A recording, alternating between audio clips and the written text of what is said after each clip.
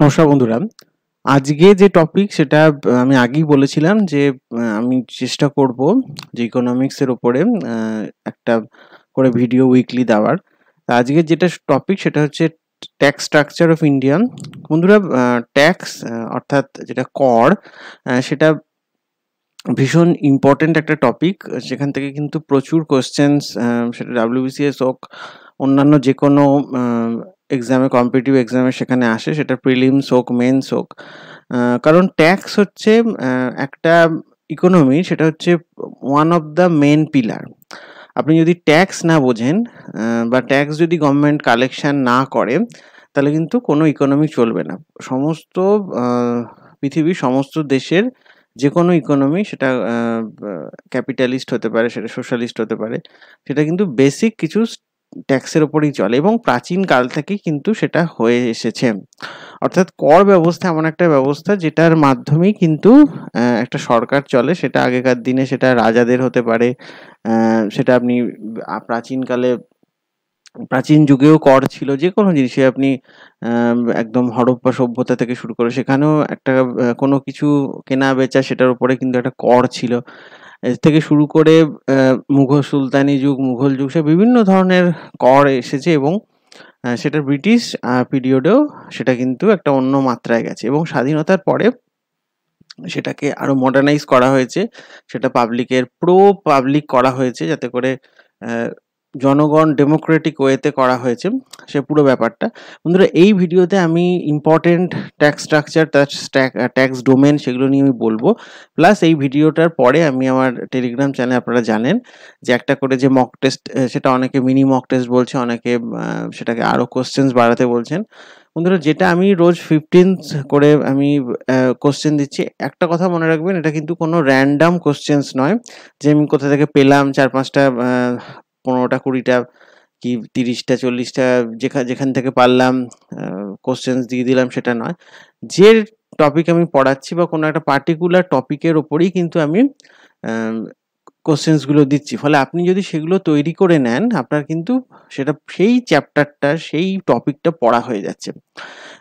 খুব আমি জুডিশিয়াসলি করছি, আমি বেশি কোশ্চেন্স দিচ্ছি না। যেগুলো মোস্ট ইম্পর্টেন্ট, সেটা অলরেডি এসেছে বা আসতে পারে, সেরকমই দিচ্ছি। বন্ধুরা, আপনি যদি কোশ্চেনটা নাও জানেন, আপনি দেখে নিন বই থেকে এবং সেটা আপনি নোট করে রাখুন। সেটা কিন্তু ভীষণ ইম্পর্টেন্ট, মানে মোস্ট ইম্পর্টেন্ট কোশ্চেনগুলো আমি দিচ্ছি। আমি চেষ্টা করব 15 জায়গায় সেটা বাড়িয়ে আরো বাড়ানোর, কিন্তু এখন আমি 15 দিয়েই করছি। বন্ধুরা, এই আসুন মেন টপিকে যাচ্ছি।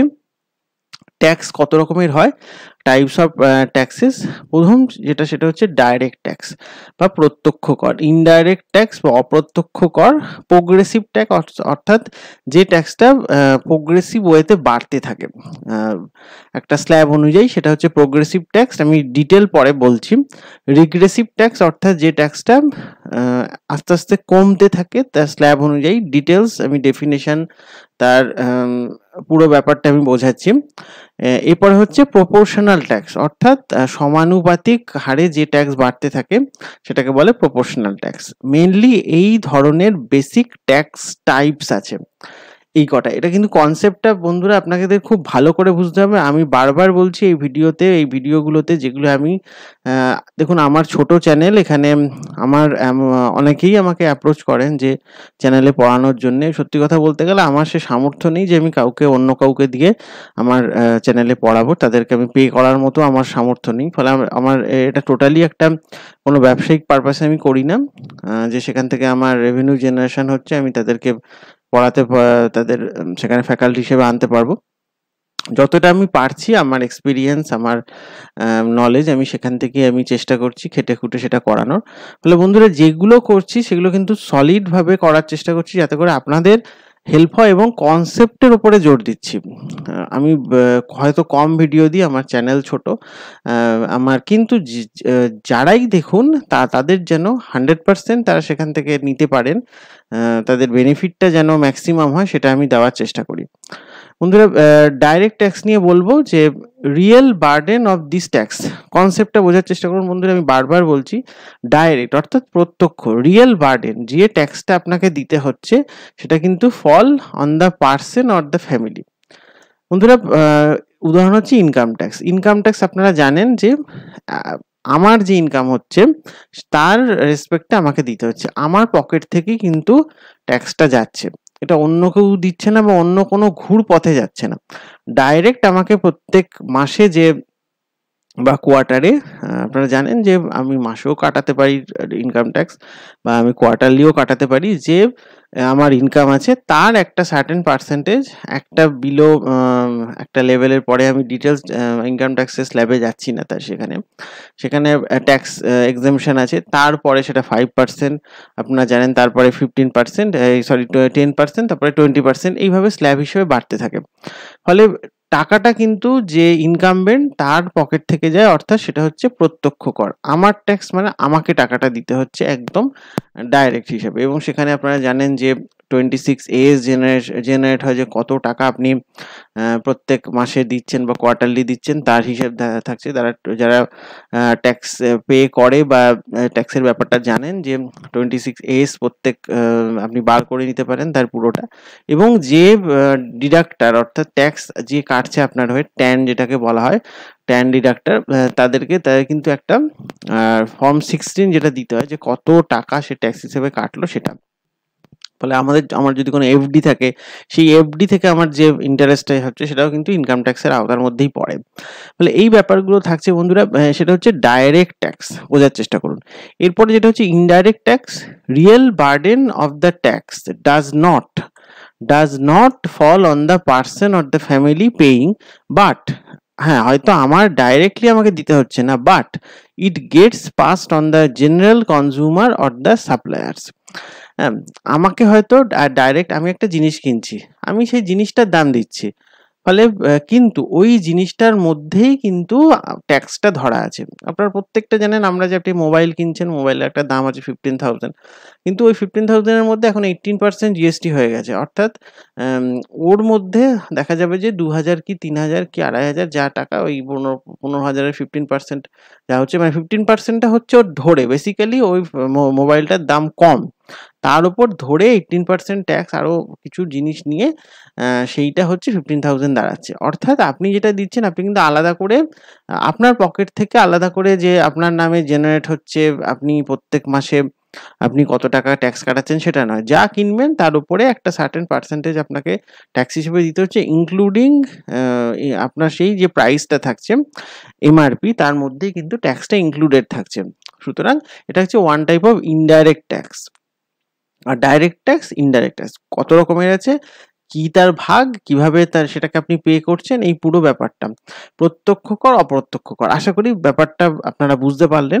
এরপরে যেটা যাব, এই দুটো easy concept, direct tax indirect tax বোঝা সহজ, এরপরের গুলো একটুখানি জটিল, একটু ভালো করে বুঝতে হবে। প্রোগ্রেসিভ ট্যাক্স, অর্থাৎ tax rate increases for the increasing volume or volumes on which the tax is levied. অর্থাৎ যত ট্যাক্স আপনার ইনকাম বাড়তে থাকবে, এটি income tax one of the progressive tax, একটা সার্টেন লেভেল অবধি। ধরুন আপনি 5 লাখ টাকা বছরে ইনকাম করেন, 5 লাখ টাকা, আপনি পড়ছেন 5% ট্যাক্স স্ল্যাবে, 5% ট্যাক্স স্ল্যাবে পড়ছেন, বোঝার চেষ্টা করুন। এরপর আপনার ইনকাম হচ্ছে বছরে 8 লাখ টাকা, আপনি পড়ছেন 10% ট্যাক্স স্ল্যাবে। আপনার বছরে ইনকাম হচ্ছে 15 লাখ টাকা, আপনি পড়ছেন 20% ট্যাক্স স্ল্যাবে। অর্থাৎ যত আপনার ইনকাম বাড়তে, 5 লাখে 5%, 8 লাখে 10%, 15 লাখে 20%, আপনার ইনকাম বাড়ছে, আপনার ট্যাক্সও বাড়ছে, অর্থাৎ প্রোগ্রেসিভ ট্যাক্স। আশা করি এটা বুঝতে পারলেন। এইটা হচ্ছে মেন কনসেপ্ট, যে যারা বেশি ইনকাম করবে তাদেরকে বেশি ট্যাক্স দিতে হবে, সোজা কথা। এই কনসেপ্ট থেকেই কিন্তু এই ব্যাপারটা নেওয়া হয়েছে বন্ধুরা। এরপরে যেটা, সেটা হচ্ছে যে পুরো ব্যাপারটা আশা করি আপনারা বুঝতে পারলেন, যে 5 লাখে হচ্ছে 5%, 15 লাখে 8 লাখে 10%, 15 লাখে 20%। এরপরে যেটা, সেটা হচ্ছে রিগ্রেসিভ ট্যাক্স। রিগ্রেসিভ ট্যাক্স কি? Tax rate decreases as the amount subject to taxation increases. যখনই amount subject to taxation increases, আপনার টোল ট্যাক্স যত বড় গাড়ি হবে তার কিন্তু প্রপোর্শনেট সেটা কিন্তু কমে যাবে। সিন ট্যাক্স হচ্ছে কিছু সিন ট্যাক্স হচ্ছে টোবাকো বা অ্যালকোহল, যেগুলো যত যারা বেশি মাস পুওর লোকেরা যত মাস ভলিউম করছে সেখানে কিন্তু ট্যাক্স রেটটা বেশি। কিন্তু যখনই সেটা হায়ার এন্ডে চলে যাবে সেটা সাবজেক্ট ট্যাক্সেশন সেটা কিন্তু তার পার্সেন্টেজ সেটা কিন্তু ডিক্রিজ করবে। এটা হচ্ছে যাতে করে খুব লাক্সারি গুডসের ক্ষেত্রে খুব যারা হাই কনজিউমার আছে লেভেলে সেখানে কিন্তু এইটা কিন্তু ডিক্রিজ করে। কিন্তু এখানেও একটা গল্প আছে যে যদি একদম ডিক্রিজ করতে থাকে তাহলে কিন্তু একটা সার্টেন লেভেলে সেটা জিরো হয়ে যাবে, কিন্তু সেটা তো জিরো হয়ে গেলে সেটা ট্যাক্স ফেলিওর ধরা হবে। এবং সেটা প্রোগ্রেসিভ ট্যাক্সের ক্ষেত্রেও খুব বেশি যদি ট্যাক্স ভলিউম হয়ে যায় সেটাও কিন্তু সেটাও একটা নেগেটিভ ধরা হয়। ফলে এই প্রোগ্রেসিভ এবং রিগ্রেসিভ ট্যাক্সের পরেও আরেকটা ট্যাক্স কনসেপ্ট আছে, সেটা হচ্ছে গিয়ে proportional tax. Is a taxing mechanism in which the taxing authority charges the same rate of the tax from each taxpayer irrespective of income or from income tax. Income tax হচ্ছে one of the progressive ট্যাক্সে proportional ট্যাক্সের উদাহরণ একটা certain লেভেলের পরে। এটা কিন্তু government যখন সেইভাবে করে, কোনো কোম্পানি তার হয়তো প্রচুর ইনকাম ট্যাক্স হচ্ছে, সেটা corporation tax one of the proportional tax, সেখানে তাহলে কিন্তু যদি ইনকাম বেশি হয় সেটা এত টাকা তাকে ট্যাক্স দিতে হবে যে সে কিন্তু কোম্পানি লসে রান করবে। সেক্ষেত্রে কিন্তু একটা সার্টেন লেভেলের পরে সেটা প্রপোর্শনেট করে দেওয়া হচ্ছে যে যেরকমই কোম্পানি হোক, যার যত টাকাই ইনকাম হোক, সেখানে কিন্তু তাকে একটা এই পার্সেন্টেজ ট্যাক্স দিতে হবে। সে কম যদি তার হয়, তুলনামূলকভাবে কম হয়, খুব হাই এন্ডে যাদের ইনকাম থাকে, যে সমস্ত কোম্পানি বলুন ইনকাম কোম্পানির ইনকাম ট্যাক্স ক্ষেত্রে যেটাকে কর্পোরেশন ট্যাক্স বলা হয়, সেসব ক্ষেত্রে সেখানে কিন্তু প্রপোর্শনেট করে দেওয়া হয় যে আপনি যত টাকাই উপরে করুন আপনাকে কিন্তু, যদি তা না হলে যদি খুব বেশি ট্যাক্স রেট বাড়িয়ে যাওয়া হয়, প্রোগ্রেসিভ ট্যাক্স কনসেপ্ট থাকে, সেক্ষেত্রে এত টাকা ট্যাক্স পড়বে যে সে কোম্পানিটা কিন্তু তখন লসে রান করবে এবং সেক্ষেত্রে আলটিমেটলি সে তার যে এমপ্লয়ি এবং পুরো স্ট্রাকচারটা কিন্তু ধ্বংস হয়ে যাবে, একটা নেগেটিভ এফেক্ট পড়বে। সেই হিসেবে ইকোনমিক্সটা রিগ্রেসিভ ট্যাক্স এবং প্রোগ্রেসিভ ট্যাক্সকে অনেক সময় সেটা কিন্তু প্রপোর্শনাল ট্যাক্স ট্যাক্স করে দেওয়ার কনসেপ্টে বিশ্বাস করে। বলে আশা করি বন্ধুরা এই যে 3 প্রকার ট্যাক্স, অর্থাৎ হচ্ছে progressive tax, regressive tax, progressive tax এবং রিগ্রেসিভ ট্যাক্স, এই দুটোই কিন্তু অনেকটা ডেফিনেশন টাইপের, যে হ্যাঁ এইভাবে করা হয়, ডেফিনেশন হিসেবে আমরা বলছি, কিন্তু বাস্তব ক্ষেত্রে প্র্যাকটিক্যাল ওয়েতে ইমপ্লিমেন্টেশনের ক্ষেত্রে এই দুটো ট্যাক্সই কিন্তু অনেক সময় প্রপোর্শনাল ট্যাক্স হিসেবে ইউজ করা হয়। তাকে ইমপ্লিমেন্টেড যখন করা হচ্ছে ক্ষেত্রে, তখন কিন্তু সেটা প্রপোর্শনাল ট্যাক্স হিসেবে সেটাকে ইমপ্লিমেন্ট করা হয়। এরপরে যেটা বন্ধুরা ইম্পর্টেন্ট একটা ট্যাক্স, সেটা হচ্ছে ভ্যালু অ্যাডেড ট্যাক্স বা ভ্যাট। যদিও ইন্ডিয়াতে এখন ভ্যালু অ্যাডেড ট্যাক্স উঠে গেছে, কিন্তু কনসেপ্ট আপনাকে জানতে হবে পরীক্ষা পারপাসে। যে it was first introduced in France to overcome the cascading effect of the several লেভিস।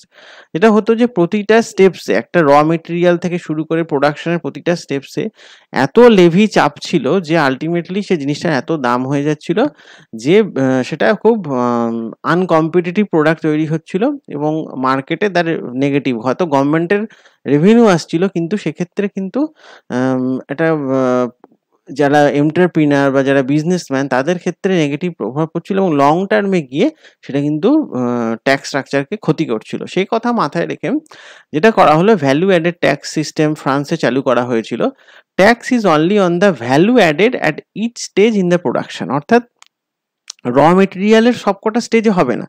র মেটেরিয়াল থেকে যখন সেটা একটা কিছুটা অন্যরকম ফিনিশড গুডের দিকে যাচ্ছে, অর্থাৎ তার ভ্যালু কিছুটা অ্যাডিশন হয়েছে, সেই ক্ষেত্রে আপনাকে ট্যাক্স দিতে হবে। অর্থাৎ যে ওই স্টেপটা করবে ফলে কারোরই লস থাকবে না, যে তখন ওই কারোরই কোনো একটা পার্টিকুলার পার্টির ওপরে, একটা পার্টিকুলার স্টেক হোল্ডারের ওপরে কোনো ট্যাক্স বার্ডেন পড়বে না।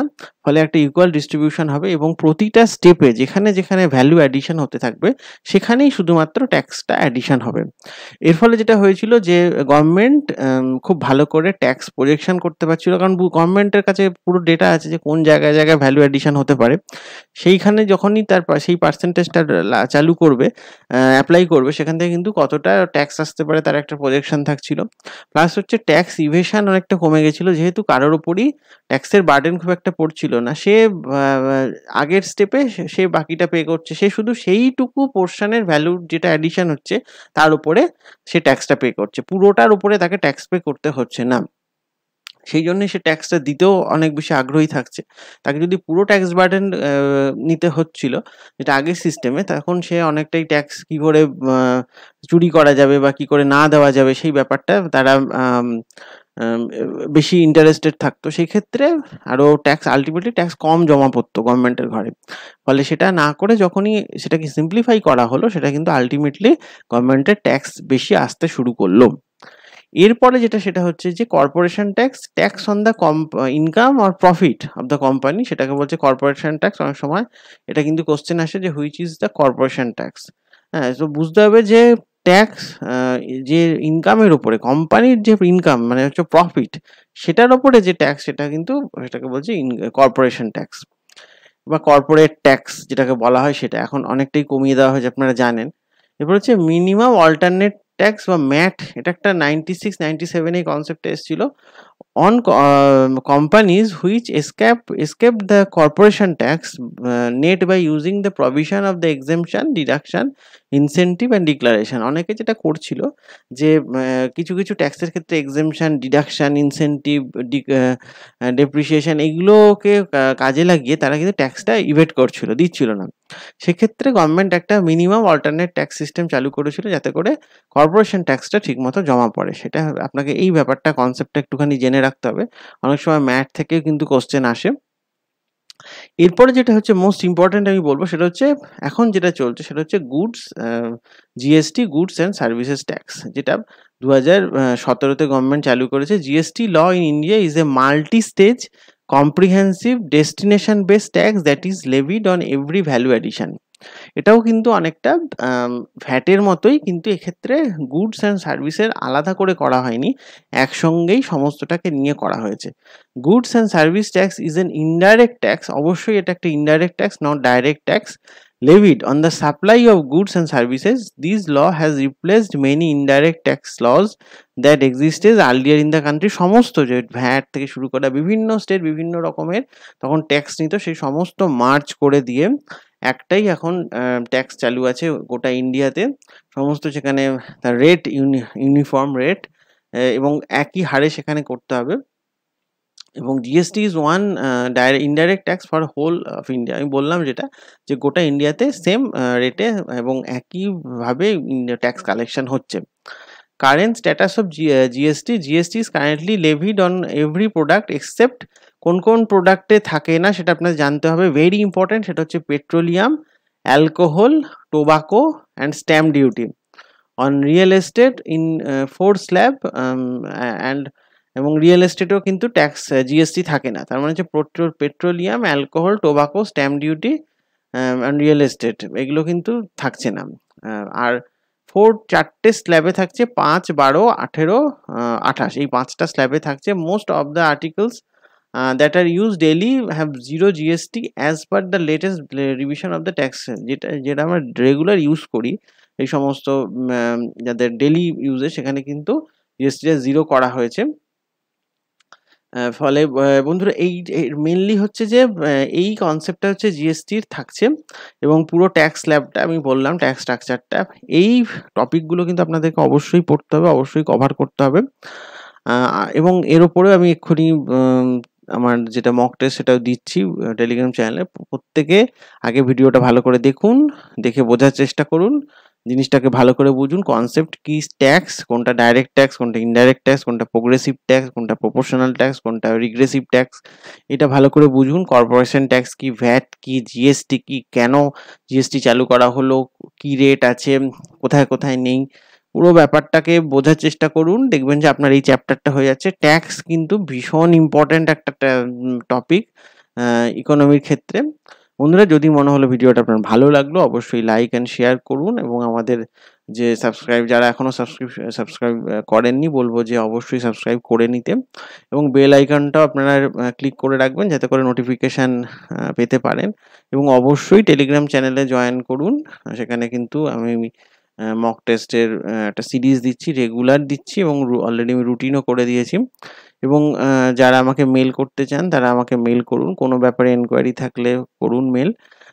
এর পিডিএফটা যদি চান, এই পিডিএফটা আমি দিয়ে দেবো, যে মেল করবে আমি তাকে দিয়ে দেবো, অলরেডি আমি দিচ্ছি সবাইকে একদম ফ্রিতে। বন্ধুরা, দেখতে থাকুন আমাদের চ্যানেল, সবাই ভালো থাকুন, আবারও বলছি ভালো থাকুন, সুস্থ থাকুন, সাবধানে থাকুন, কারণ সুস্থতা সাবধানে থাকাটা সব থেকে জরুরি এই মুহূর্তে।